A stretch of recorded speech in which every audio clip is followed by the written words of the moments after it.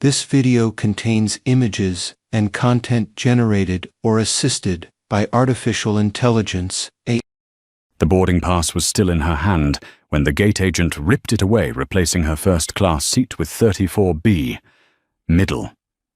The humiliation hit harder than the downgrade. Passengers stared. The flight attendant smirked.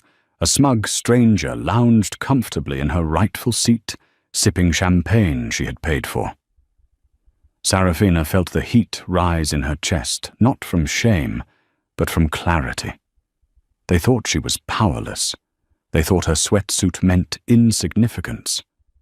What they didn't know, what only the reader knows, is that she was the client holding a $300 million contract, and with a single phone call, every career standing over her was about to crumble. The hum of New York's JFK International Airport was a familiar, grating white noise to Sarafina Sterling. It was the sound of controlled chaos, of 1,000 different stories colliding at terminal velocity. Her own story today was one of quiet triumph. She had just spent 72 sleepless hours in a Manhattan high-rise, navigating a hostile takeover that had cemented her company Sterling Dynamics as the undisputed leader in predictive logistics. The deal was done. The ink was dry. All she wanted was to get back to her home in Los Angeles. She stood near gate B24, a picture of deliberate anonymity. She wasn't wearing the sharp-tailored power suit she'd worn to destroy a rival's board of directors. Today, she wore her armor of invisibility, a simple charcoal grey cashmere sweatsuit by Laura Piana, a pair of understated leather sneakers, and her natural hair pulled back in a neat bun. She wore no makeup. Her only jewelry was a slim black ceramic watch. She looked less like a Fortune 500 CEO, and more like a weary traveler who might have splurged on a comfortable outfit. This was exactly why she bought it. The clothes were worth more than the monthly salary of the man now glaring at her from behind the Arrow West podium. But they didn't scream money. They whispered it. Now boarding first-class passengers in groups 1 and 2, the intercom squawked. Sarafina ended her quiet call with her COO, slid her phone into her pocket, and joined the short line. She was ticketed in 1A, the bulkhead window seat she always booked. It was her mobile office, her sanctuary, her 6-hour bubble of peace. She reached the podium and handed her passport and boarding pass to the gate agent. His name tag read Martin Croft. He had a thin, pinched face and a palpable aura of self-importance. He scanned her pass. Beep. He scanned it again. Beep. Beep. Beep. A harsh red light flashed on his screen. Martin let out an exasperated sigh, as if Sarafina's ticket had personally insulted him. "Ma'am, there's a problem with your seat," he said, not looking at her, already typing furiously. "A problem." Sarafina kept her voice level. "I checked in this morning. Seat 1A. Well, ma'am, you're not in 1A anymore," Martin said, the mom dripping with condescension. "We had an equipment change. The system reassigned you." Sarafina felt the familiar cold prickle of annoyance. "An equipment change. This is a 7267, just as scheduled." I checked the tail number. Martin finally looked up, his eyes narrowing. He hadn't expected her to know that. "It's a submodel with a different configuration. Look, you've been reassigned. It's final. Reassigned to wear 34B. He snapped his fingers, already printing a flimsy new ticket.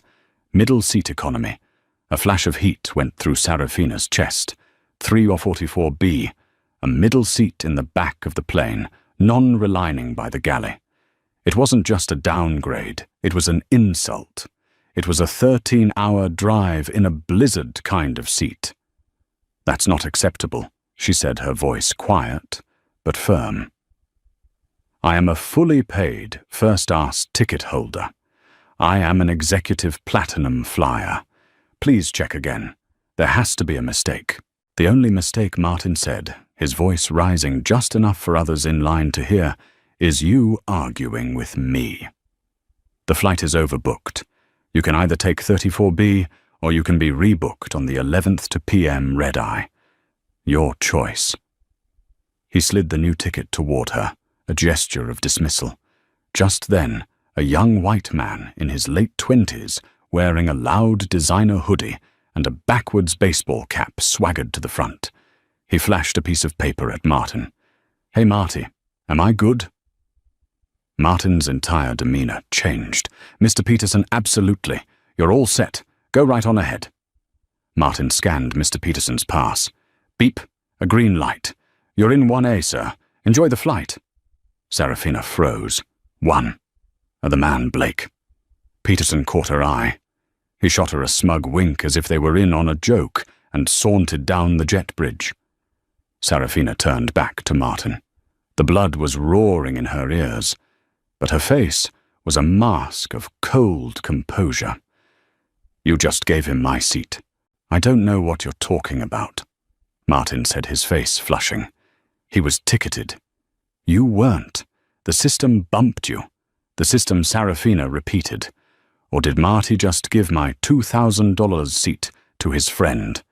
"That's an accusation," Martin hissed, leaning forward. "And I don't appreciate it. You're holding up my line. You're delaying this flight."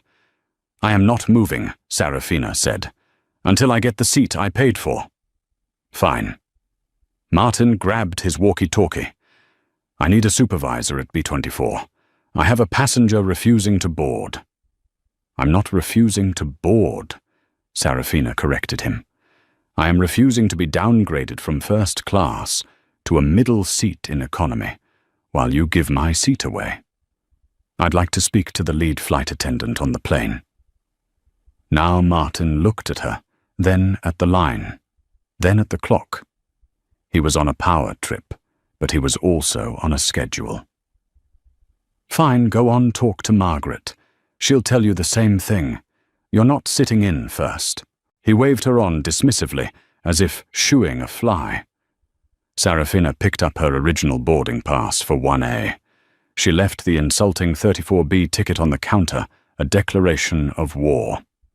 She walked down the jet bridge, her heart pounding a cold, steady rhythm of fury. This was no longer about a seat. It was about respect. And Martin Croft had just made the biggest mistake of his career.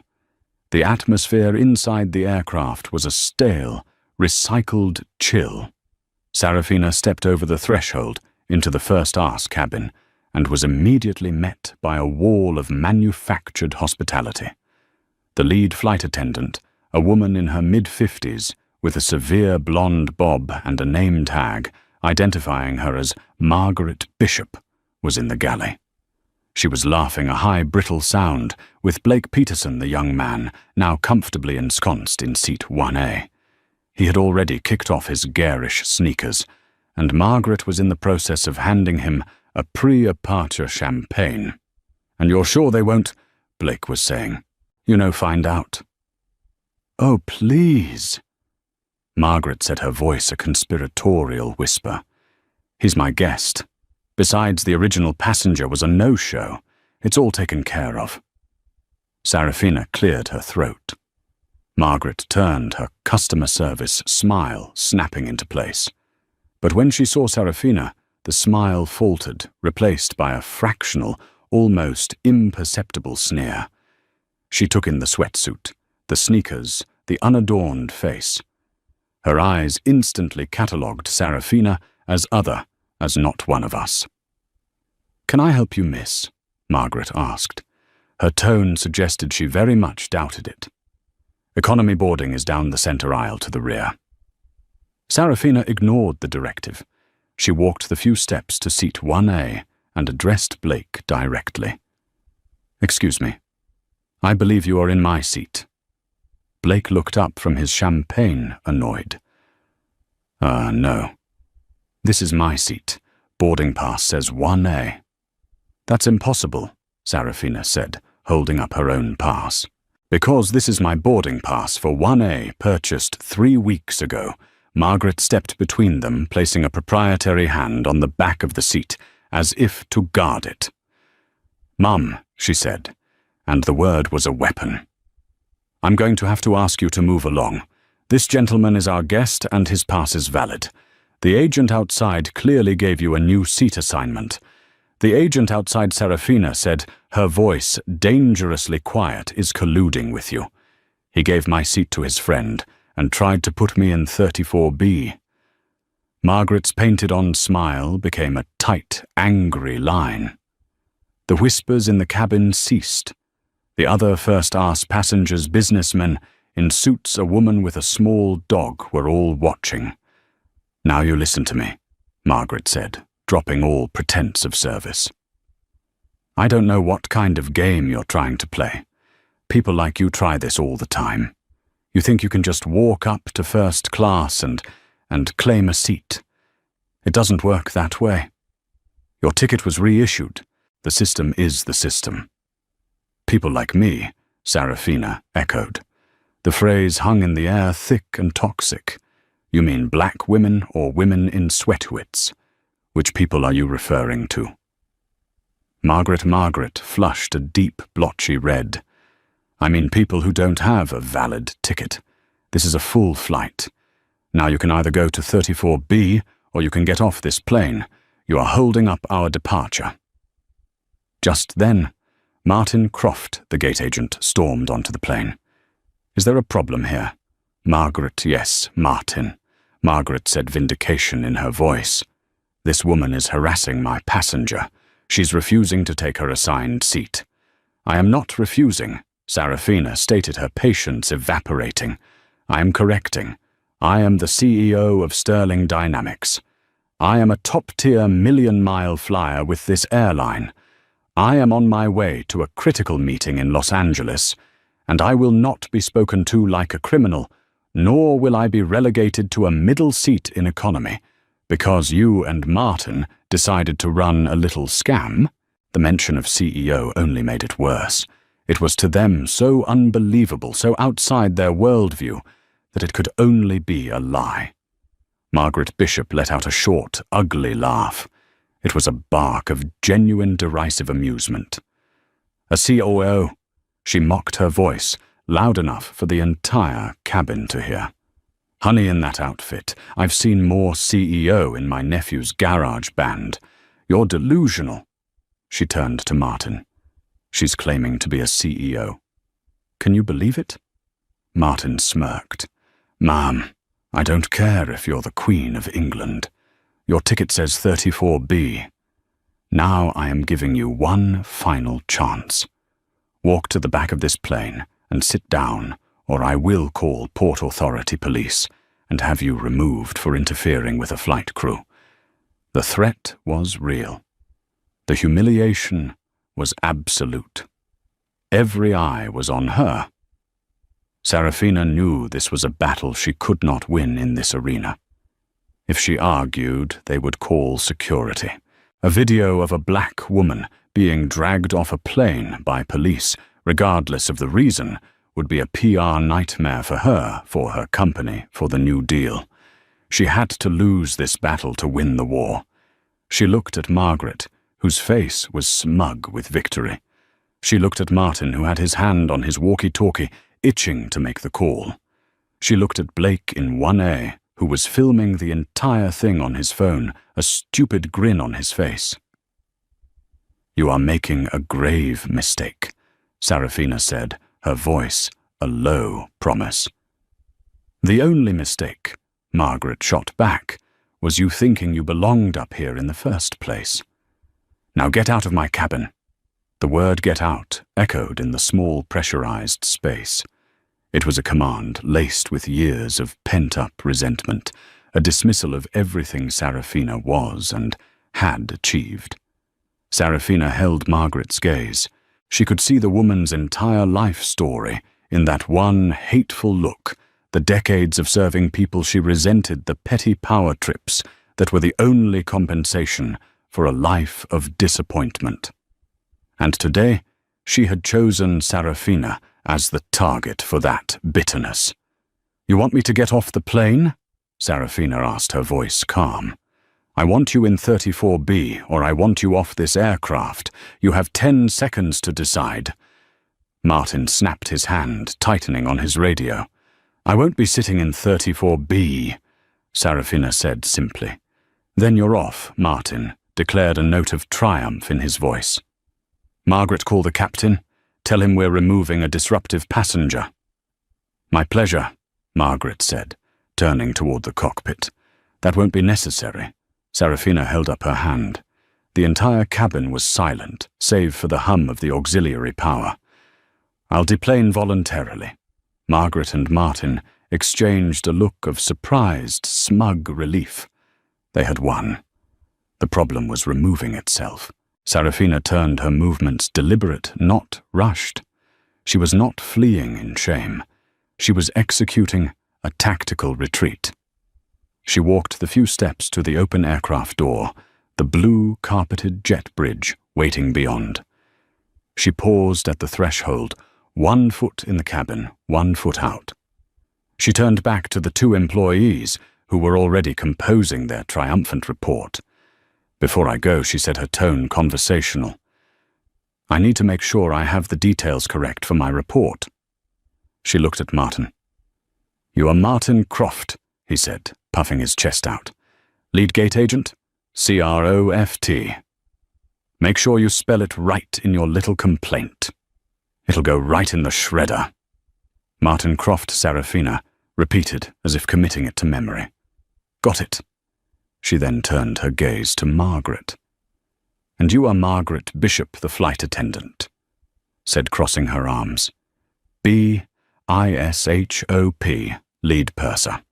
And I'll be filing my own report about your disruptive and threatening behavior. So good luck with that. Margaret Bishop, Sarafina echoed. She gave a single sharp nod. Thank you.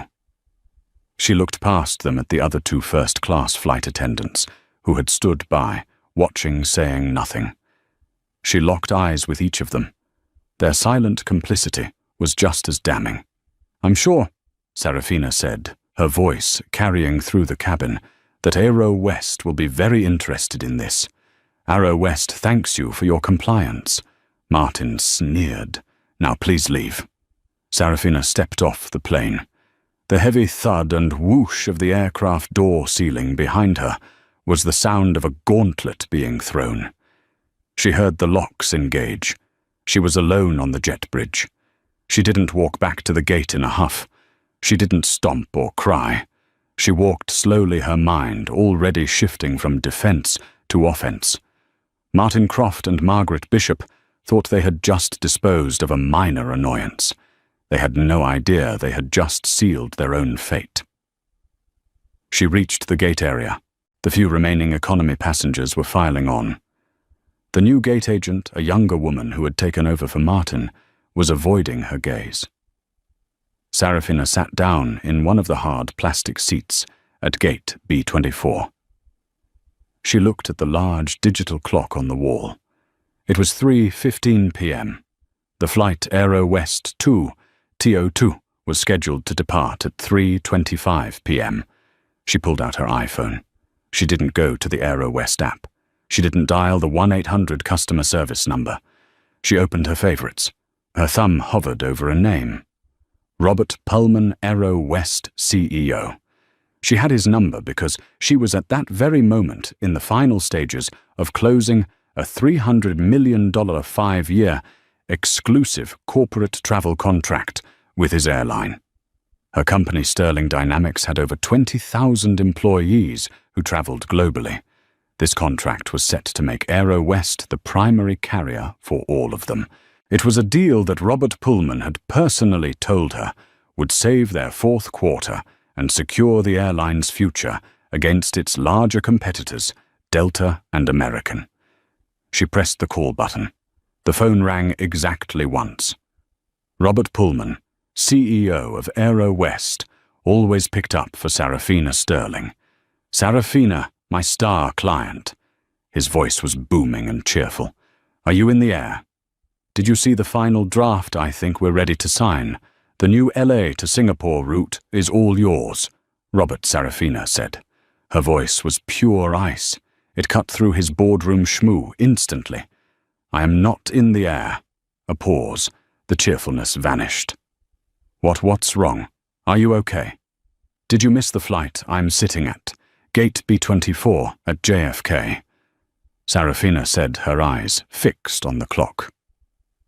3:16 p.m. I was just removed from your flight 212. The silence on the other end of the line was absolute. She could hear the faint sound of a pen dropping on a desk. Removed, Pullman's voice was a strangled whisper. "What do you mean, removed? A mechanical issue? A security threat? I was removed by your gate agent, Martin Croft, and your lead flight attendant, Margaret Bishop. But why? Because Sarafina said her voice level. I am a CEO in a sweatuit, and I didn't belong in first class. They gave my confirmed paid-for seat 1A to a friend of theirs. Then they tried to force me into a middle seat in economy. When I refused the downgrade, they called security to have me forcibly removed from the aircraft for being disruptive." She could hear Pullman breathing. It was fast, shallow, and panicked. "Sarafina. No, that's impossible. You are our highest priority, non-military contract passenger. Your profile is flagged with so many alerts. They should be rolling out a red carpet. The only thing they rolled out, Robert, was a threat. The door to the plane closed 1 minute ago. The clock on the wall read 3-1 quarantine. A muffled sound came through the phone, a fist slamming on a desk. Then Pullman's voice no longer addressing her, but shouting at someone else in his office. "Get me! Oops! Now get me the JFK station manager. I don't care if he's in a meeting. Get him on the line. I want Aero West, flight 212. Gate B24 stopped. A new voice, female, presumably his assistant. So flight 212 just pushed back from the gate. "I don't care," Pullman roared. "I don't care if it's on the taxiway. I don't care if it's second in line for takeoff.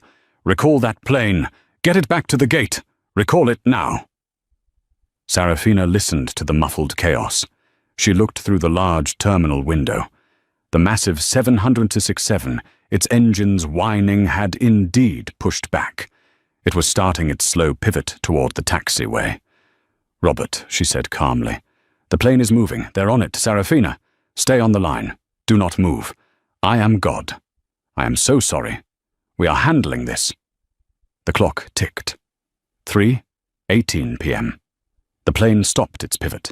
It just sat motionless on the tarmac. 3:09 p.m. Sarafina saw a flurry of activity at the gate agent's desk. The young woman who had taken over looked at her phone, her eyes going wide with terror.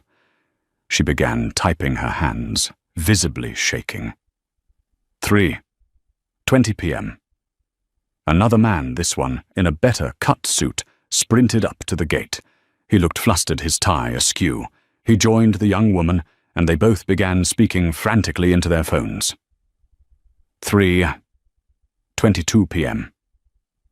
The hum of the engines outside changed pitch. Sarafina watched a grim satisfaction settling in as the Aero West 767, which had been moments from departure, began to move. It wasn't moving forward. It was crawling backward. A lumbering beast being dragged back to its leash. A tug was reattaching, guiding it back to the terminal. 3:24 p.m. The jet bridge, which had been retracted, slowly began to extend again, its metal mouth reaching out to reattach to the aircraft. The on-time sign above the gate flickered and changed to delayed. Robert Pullman came back on the line, breathless. "The plane is back at the gate. Sarafina, the station manager, David Chen, is meeting you on the jet bridge. He has his orders." "What are his orders, Robert?" Sarafina asked. "To give you anything you want." Pullman said, his voice grim. "Anything. Just please don't tear up that contract." The 9 minutes were up. Sarafina stood, smoothed the front of her cashmere top, and walked toward the jet bridge, where the aircraft door was just beginning to unseal. The whoosh of the plane door opening was like a gasp. David Chen, the JFK station manager, was waiting for Sarafina on the jet bridge. He was pale and sweating. "M. Sterling, he said, his voice trembling. "I, Ms. Sterling, I am David Chen. On behalf of Aero West, there are no words. I am so deeply sorry. Mr. Pullman is on my direct line. Please come with me." Sarafina gave a curtain nod and followed him onto the aircraft. The atmosphere in the first-class cabin had curdled. The passengers were grumbling, confused and angry about the delay. Margaret Bishop was standing by the door, her face a mask of confusion and indignation. "David, what is going on? Why are we back at the gate? We're going to miss our slot. I had to remove that woman." Her voice died in her throat when she saw Sarafina standing right behind him. Martin Croft had run back down the jet bridge from the gate. "What's the meaning of this? We have a schedule." "This is a federal violation. Calling a plane back for David Chen spun on them. His terror replaced by a sudden, protective fury. The $300 million contract was his responsibility. His career was on this plane. You heastled at Martin. You're Martin Croft. I'm the lead gate agent. Yes, and you." He rounded on Margaret, a Margaret Bishop. "I'm the lead purser on this flight, and I'm telling you, you're both fired." The words, sharp and final, cut through the cabin noise. Blake Peterson in 1A actually lowered his phone. "Fired, Martin," shouted his voice, cracking. "You can't fire us. We're union. You have no grounds. I have every ground." David shot back, holding up his vibrating phone. "This is Robert Pullman, the CEO of Aero West. He is on this line live with legal. He has invoked the gross misconduct and brand damage clause in your contracts. He pointed at Margaret, violated FAA regulations by giving a non-ticked passenger a seat in first class. He pointed at Martin, falsified a boarding document, and defrauded the company. And you both subjected a premier client to harassment and discrimination." Margaret's face crumpled. The smugness evaporated, replaced by a sickly grey panic. "No, he was my guest. It was an empty seat. The system, Sarafina, said her voice, cutting through, said the seat belonged to me." She stepped fully into the cabin. All eyes were on her. The woman in the sweatwit now looked less like a victim and more like an executioner. "This woman David Chen said, his voice shaking with rage, is Sarafina Sterling. She is the CEO of Sterling Dynamics, and Sterling Dynamics is, or was about to sign a $300 million contract with this airline, a contract that you two just lit on fire." A collective gasp went through the cabin. The businessman in 2C, who had been watching with detached amusement, now looked horrified. He knew exactly who Sterling Dynamics was. Margaret looked at Sarafina, her eyes wide with disbelief. "CEO, no." "But you thought I didn't belong," Sarafina said quietly. "You were right. I don't belong on an airline that employs people like you. Get them off this plane." David ordered 2 other crew members. "Now Port Authority is waiting at the gate to escort you from the premises. Your credentials are revoked. Hand them over." Martin was sputtering. This is illegal. I'll sue." "Get in line," David snapped. As a security officer boarded to remove them, Sarafina turned to David. "Them too?" David paused. Then Sarafina motioned to the other 2 first-class flight attendants, who were now pretending to be busy with the beverage cart. The entire crew. They stood there. They watched. They said nothing. They were complicit. I will not fly with a single person who witnessed that and did nothing. I want a new crew. David Chen, seeing a sliver of hope that he could save the situation, nodded frantically. "Done. Absolutely. We'll get a new crew. The flight will be delayed by 2 hours, Miss Sterling. But we will get you to Los Angeles. Please take your seat." He turned to Blake Peterson. "And you, sir, you are not a ticketed passenger. You need to deplane now." Blake, who had been frozen, scrambled to grab his shoes. "Hey, I didn't do anything." She gave me the seat. "Out!" David roared. Blake scrambled out of 1A, rushing past the security officers, and vanished down the jet bridge. The cabin was in chaos. The crew was being removed. Martin and Margaret, their faces straight with tears and rage, were being escorted off. David Chen turned back to Serafina, his smile obsequious. "Mrs. Sterling, please. Seat 1A is ready for you. We will have a new crew here in 30 minutes. Serafina looked at the empty seat. She looked at the humiliated, stunned faces of the remaining passengers, and she looked at David, a man willing to do anything to appease her, now that he knew her value. "I'm not taking this flight, David," she said. His face fell. "But Miss Sterling, we're fixing it. You're fixing the symptom," Serafina said. "Not the disease. I have a meeting in LA. A very important meeting with Goldman Sachs. I'll be taking a private jet, but I will be telling them why I'm late.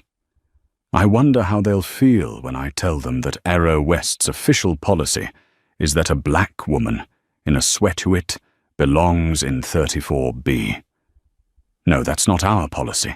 It was them. It was Margaret and Martin. They were your policy," Serafina said. She turned and walked off the plane, leaving behind a grounded aircraft, a panicked stations manager, and the complete and total wreckage of 4 careers. The entire incident, from her scanning her ticket to her walking off the second time, had taken less than an hour. But the real fallout was just beginning. 2 hours later, Serafina was not at JFK.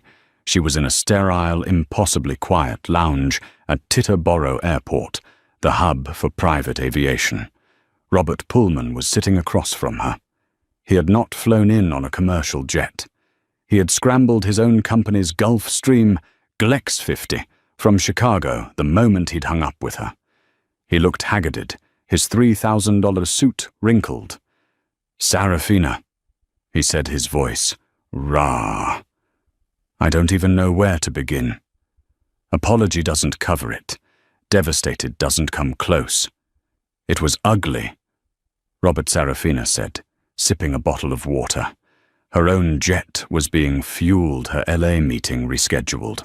"They're gone," Pullman said, leaning forward, his hands clasped so tightly his knuckles were white. Martin Croft, Margaret Bishop, the 2 other complicit attendants, all terminated for cause. "We're launching a full internal investigation into the JFK station. It appears this wasn't the first time. There are other irregularities with their manifests." "It never is," Serafina said. "Bigotry is a habit, not a one-time mistake." "Please," Pullman said, and she could hear the desperation in his voice. This wasn't a CIO to a client. This was a man begging for the life of his company. The $300 million contract. It's not just the money, Serafina. You know our market position. We are fighting Delta and American for every single corporate account. You are our flagship. You are our proof of concept. If Sterling Dynamics drops us, if you walk, the word will be out that Aero West is toxic. It won't just hurt our stock. It could put us in Chapter 11. This was the real leverage. It wasn't just about her pride. It was about the future of an entire 50,000-employee airline. She held that power in her hand. "And what message does it send if I stay?" she asked, her voice cold. "That a CEO can get justice because she has the CEO on speed dial, but a regular passenger, a nurse, a teacher, a soldier, has to just sit in 34-4B and swallow the racism." "No," Pullman said, jumping on the opening. "No, we'll use this. We'll do the opposite. We will make this a case study. We will make you the face of our new zero-tolerance, zero-biases policy. We'll fund a scholarship in Sterling Dynamics' name. We will overhaul our entire customer service training from the ground up, top to bottom. You will have oversight. You can name your terms." Sarafina was quiet for a long moment. She saw the path. She could walk away, costing them the 300 million and likely bankrupting them. The revenge would be sweet but fleeting. Or she could do something else. She could use her power not just to punish, but to change. "Fine," she said. "You don't lose the contract." Pullman almost collapsed in relief. "Oh, thank God. Sarafina, you won't." "You re-earn it?" she interrupted, holding up her hand. "Here are my terms, and they are not negotiable. Anything. One, I want a full independent third-party audit of all discrimination and bias complaints filed against Aero West for the past 5 years. And I want the unredacted results published for your shareholders and the public." Pullman blanched but nodded. "Done." 2. My diversity, equity and inclusion team at Sterling Dynamics will design your new company-wide bias training program. It will be mandatory from the baggage handlers to the boardroom, including you, and it will be implemented within 6 months. "Done," he said more firmly. "And 3, she said, leaning in. 10% of the contract's value, $30 million, will be diverted. It will no longer go to Aero West. It will go into a new fund administered by my foundation to provide grants and seed capital for minority and women-owned businesses in the aviation and travel sectors." Pullman looked at her. That was $30 million in pure profit.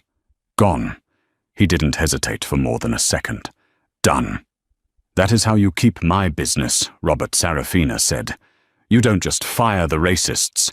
You build an airline that is structurally incapable of creating them in the first place." She stood up. Her jet was ready.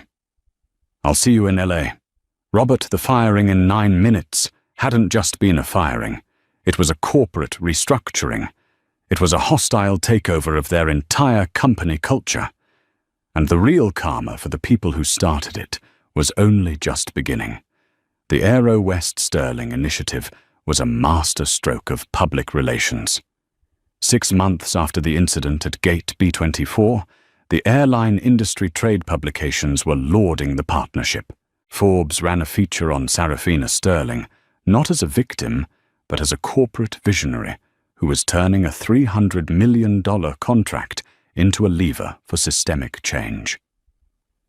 The article praised Robert Pullman for his courageous transparency in embracing the new Sterling-designed corporate bias training. The story of a black CEO being denied her seat was never leaked. It was scrubbed, classified, and buried under the weight of a joint non-disclosure agreement and a mountain of positive press. To the world, Aero West was the new gold standard in equitable corporate travel. But Justice Sarafina knew operated on 2 ledgers, the public one written in the ink of press releases, and the private one written in the acid of consequence. While the world saw a partnership, Sarafina and the Aero West legal team were focused on the karmic bill that was coming due.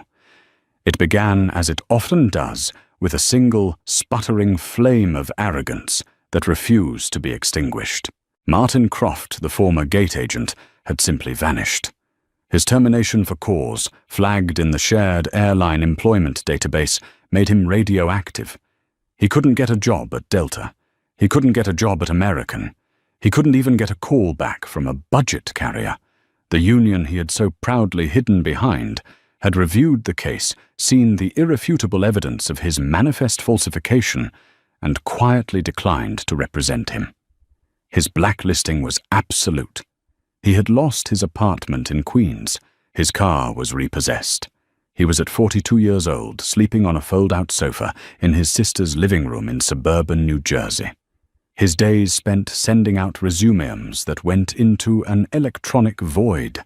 His evenings were spent simmering in a toxic stew of resentment, nursing a cheap beer and scrolling through articles praising Sarafina Sterling. He still told himself, and anyone who would listen, that she had ruined his life over a simple mistake.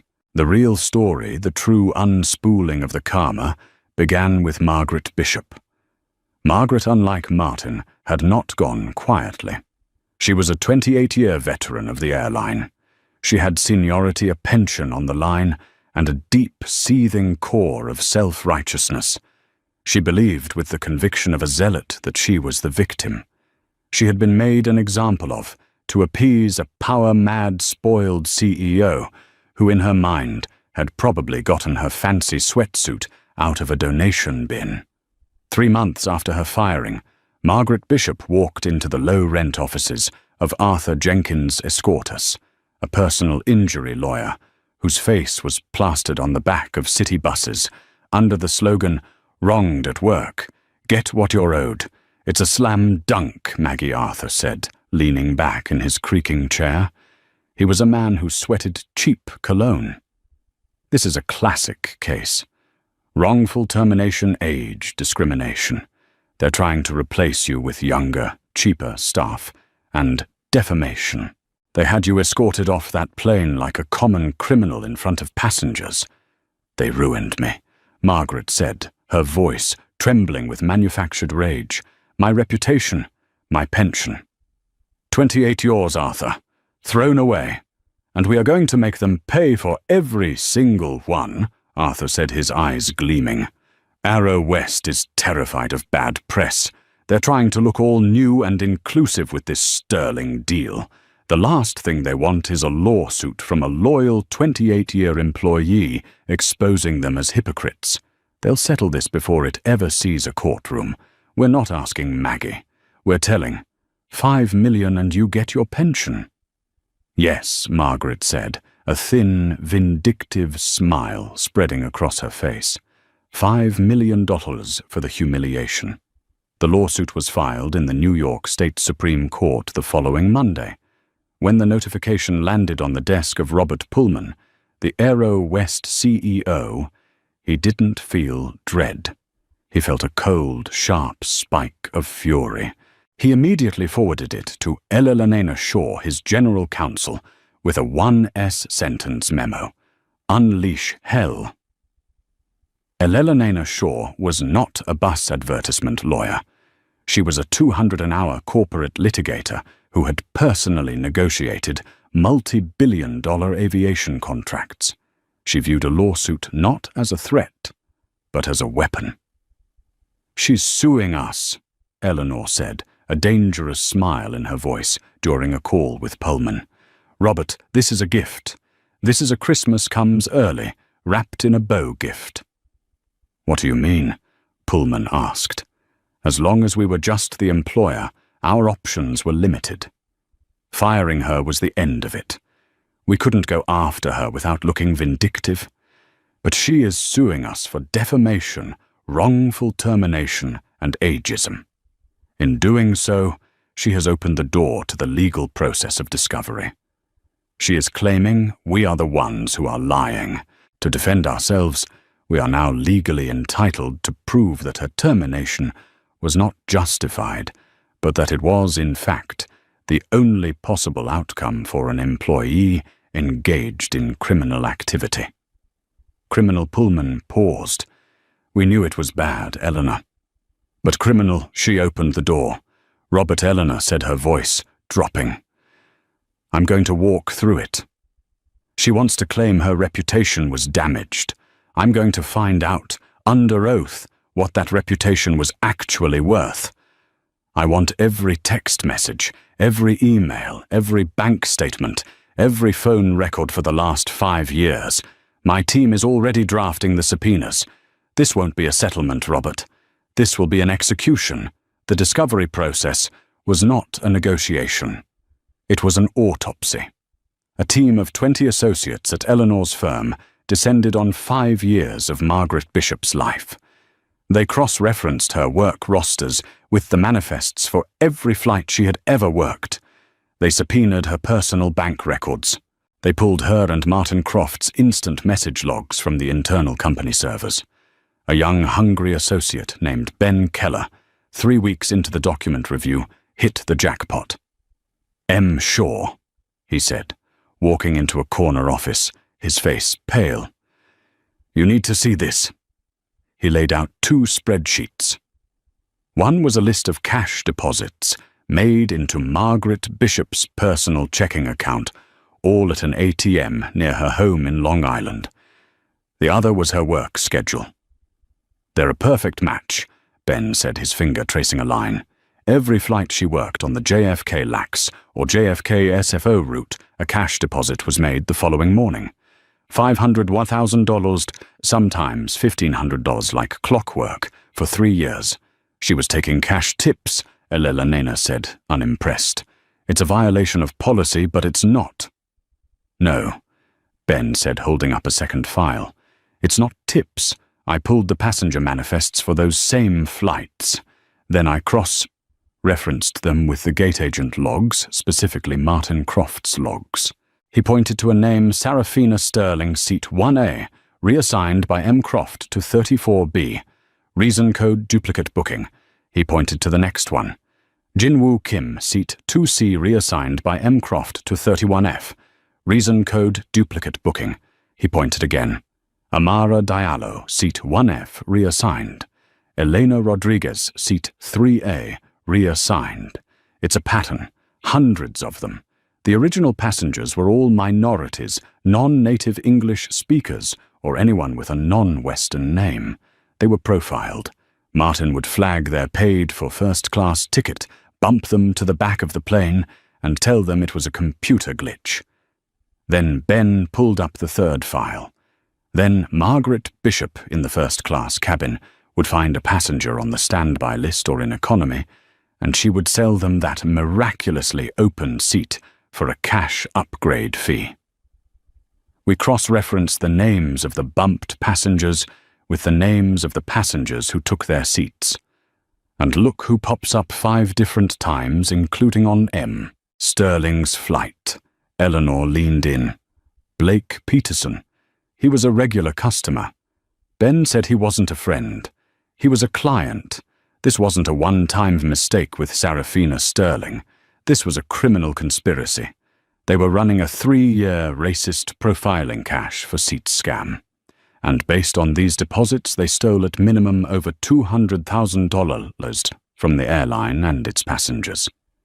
Eleanor Shaw sat back, a slow, cold smile spreading across her face. "Get me the district attorney's office and schedule Margaret Bishop's deposition. I want to see her face when she realizes her $5 million lawsuit just turned into a criminal indictment." The deposition took place in a sterile grey conference room. Margaret Bishop arrived with Arthur Jenkins, both of them looking confident, even smug. They believed they were there to discuss a settlement. Across the long, polished table sat Elela Nena Shaw, flanked by 2 associates and a court reporter. For an hour, Eleanor was polite. She asked about Margaret's 28-year history, her commendations, her family. She let Margaret and Arthur build their entire case. "And you believe Eleanor said that your termination was a direct result of age discrimination?" "Absolutely," Margaret said, crossing her arms. "They wanted me out. The incident with Ms. Sterling was just an excuse. She overreacted, and they saw a chance to get rid of a senior salary employee. And you claimed defamation, that your reputation was harmed. They treated me like a criminal." Margaret said, her voice rising. "They fired the entire crew. It was humiliating. They ruined my good name." "Your good name," Eleanor repeated softly. She paused, then looked at the court reporter. "We are now moving to Exhibit A." She slid a thick bound document across the table. "Miss Bishop, this is a certified copy of your personal bank statements for the last 36 months. Could you please turn to page 14 and explain this cash deposit for $1,000 made on Arthur Jenkins immediately sat up?" "Objection. This is harassment. My client's personal finances are irrelevant to a wrongful termination suit." On the contrary, counsel, Eleanor said, her voice like ice. "They are the only thing that is relevant. Your client has claimed her termination was baseless. I am here to prove that her termination was not only for cause, but that Arrow West would have been negligent not to terminate her. This is a fraud investigation, Counselor, and your client's lawsuit demanded it. The objection is noted. Ms. Bishop, the deposit. Margaret's face had gone pale. I don't recall. It could be anything. A gift. A gift, Eleanor mused. How lovely. Let's look at Exhibit B. She slid a stack of photographs across the table. This is you, Miss Bishop, at a Chase ATM at 9:15 a.m. on the morning in question. The day after you worked, a West Flight 112, the flight on which she slid over another document. Mr. The Hanjun Park was involuntarily downgraded from seat 3A to 29E, and Mr. Thomas Richardson was moved from economy into seat 3A. Did Mr. Richardson give you a gift, Miss Bishop? I don't know what you're talking about, Margaret stammered. Perhaps this will refresh your memory. Eleanor held up a single sheet of paper. It was a transcript of text messages. This is a text from your phone to Mr. Martin Croft, dated 3 weeks before the Sterling incident. It reads, Marty the 400 p.m. LAX is loaded. I've got a live one in 12C who wants to move up. See if you can glitch 2A. The passenger is an old Asian lady. She won't make a sound. 500 for you if it clears. Arthur Jenkins made a gagging sound. Margaret Bishop stared at the paper as if it were a snake. The blood drained from her face, leaving a sickly, mottled grey. She was completely, totally silent. Your reply, Martin Croft. Eleanor continued. Read. Done. She's in 34B. Easy money. Make sure you get cash. My kid's tuition is due. Eleanor leaned forward, her voice dropping to a low, vicious whisper. You weren't fired for your age, Margaret. You weren't defamed. You were fired because you are a thief.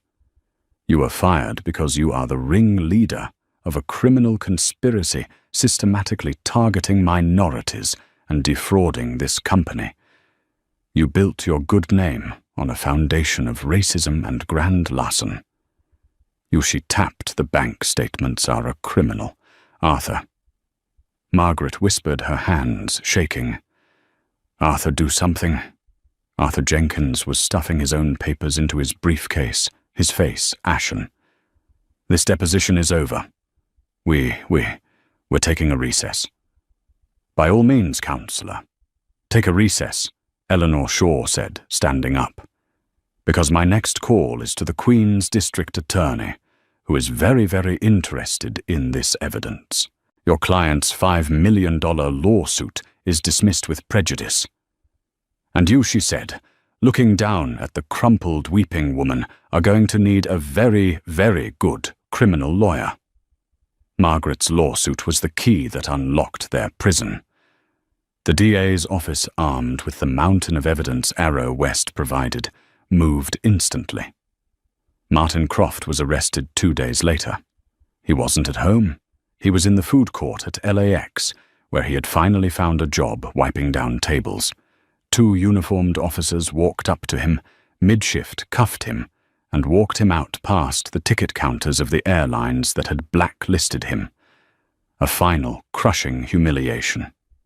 The sentencing was scheduled for a cold grey Tuesday 1 year to the day after the incident at Gate B24. Sarafina Sterling was in New York for a board meeting. She made a detour to the Queens County Courthouse. She wasn't a witness. The evidence was so overwhelming the DA needed to call her. She was just an observer. She walked into the drab, wood-paneled courtroom and took a seat in the back row. She wasn't in a sweatwit. She wore a bespoke, razor-sharp navy blue suit by Tom Ford. She was the personification of the power they had failed to see. Then they were led in. Martin Croft was gaunt. He had lost 30, and his cheap, oversized suit hung on him. He saw Sarafina, and his eyes widened in a flash of recognition, followed by a pathetic, cringing shame. He looked away instantly. Margaret Bishop looked like she had aged 20 years. Her severe blonde bob was gone, replaced by stringy greying hair. Her face was puffy and ruined from a year of crying and fear. She and Martin had both taken plea deals. The evidence was insurmountable. When Margaret saw Serafina, she didn't look away. She just stared. Her eyes were dead. But in them, Serafina could see the final, horrifying realization. This was the woman. This was the nobody in the sweatsuit.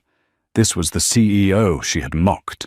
This was the woman who, without ever raising her voice, had been the architect of her complete and total ruin.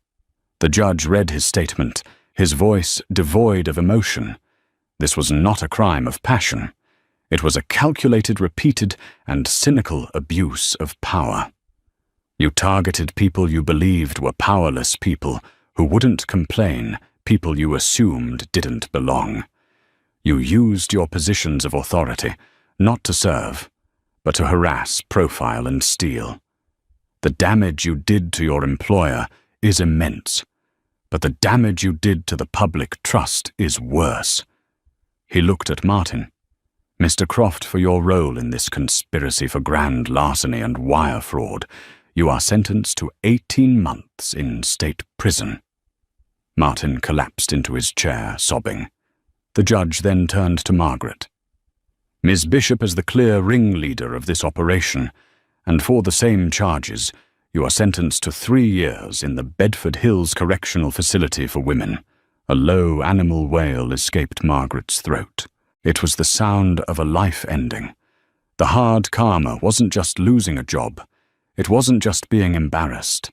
It was this. It was the cold, hard, real-life consequence of their actions. They hadn't just given up a $2,000 seat. They had, in their arrogance, traded their freedom, their futures, and their lives. All because they looked at Serafina Sterling and decided in that one fatal moment that she didn't belong. Serafina Sterling stood up. She straightened her suit jacket. She gave a single brief nod to Robert Pullman, who was sitting in the front row, and then walked out of the courtroom. The heavy door clicked shut behind her. The sound of a ledger being closed, balanced and paid in full. The story of Serafina Sterling is a powerful, real-life reminder that you should never ever judge a book by its cover. What Margaret and Martin saw was a woman in a sweatsuit. What they didn't see was the power, the intelligence, and the billion-dollar corporation standing behind her. They thought they were just downgrading a passenger. They were actually ending their careers and their freedom. This is the ultimate story of karma. What goes around doesn't just come around. It comes back with a force you can never predict. What did you think of Margaret and Martin's ultimate fate? Was it justice, or was it more than they deserved? Let me know your thoughts in the comments below. If you loved this story of drama and sweet, sweet karma, please hit that like button, share this video with someone who needs to see it, and be sure to subscribe to the channel for more true life stories where the arrogant get exactly what's coming to them.